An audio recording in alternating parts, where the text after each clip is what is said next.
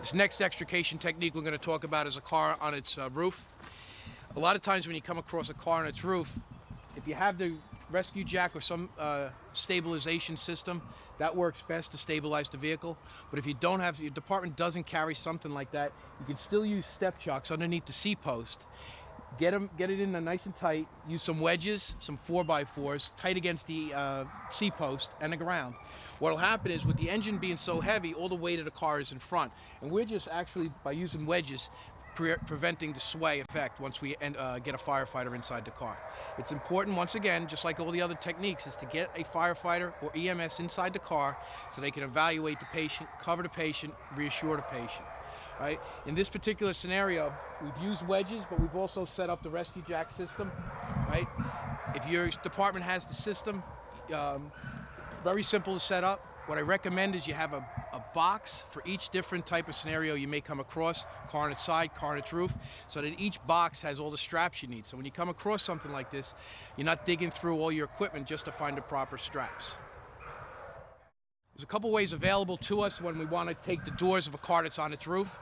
One way is using the fender crush. It's identical to what we did with a car on its wheel, except now that we got the car on its roof. We're going to come in with our jaws, we're going to crush the fender, hopefully exposing the hinges. We're going to get in there with our jaws, push the fender out of the way, and then we're going to cut the hinges. Pull the door out of the way, cut the staples. So that's going to be the first thing we're going to do on this side.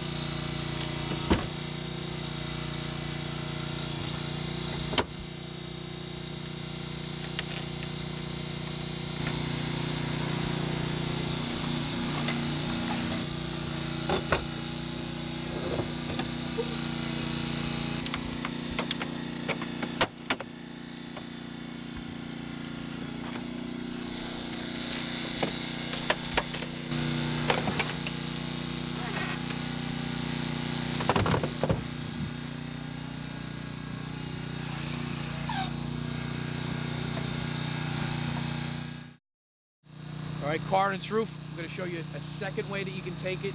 We showed you the first way. If that presents itself on arrival, by all means use it. But if it doesn't and you want to use a different way, what we're going to do now is we're going to go on the rocker panel, and we're going to crush the rocker panel, and we're going to expose the underside of the door. Once the underside of the door is exposed, we're going to stick our jaws in there, and pretty much doing the same thing. We're going to use a vertical lift to just keep prying the door away from the bottom of the car. Get our jaws deep inside the car, and then slowly push the door away. Once we start doing that, we're going to expose our hinges, and we're going to come in and cut the hinges.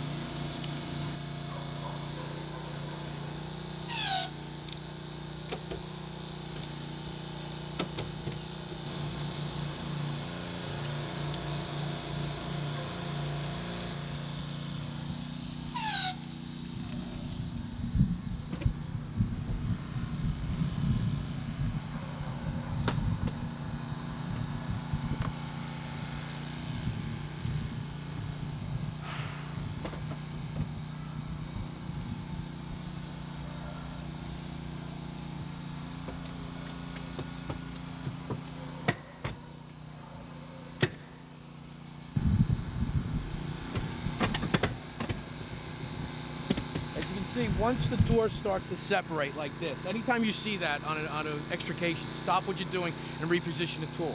Joe's gotten the door out enough where we've exposed our hinges, and now we can either stick our jaws in here and blow the hinges off the A-post or go in and cut them. Right now we're going to try to cut them.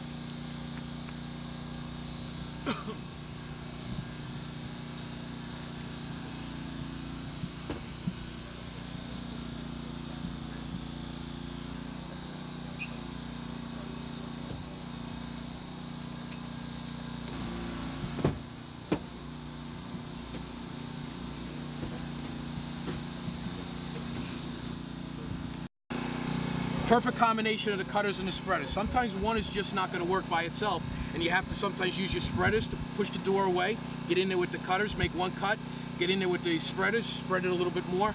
It's a team effort, and the officer's responsibility during that whole time is to be looking at this and anticipating what may happen. So when he does see that one of the ways is just not working, he can push that guy aside, bring in the other tool, and work on plan B. You always got to be proactive in situations like this. One procedure is not going to work 100% of the time, and neither is one tool. So it's important to have a combination of both.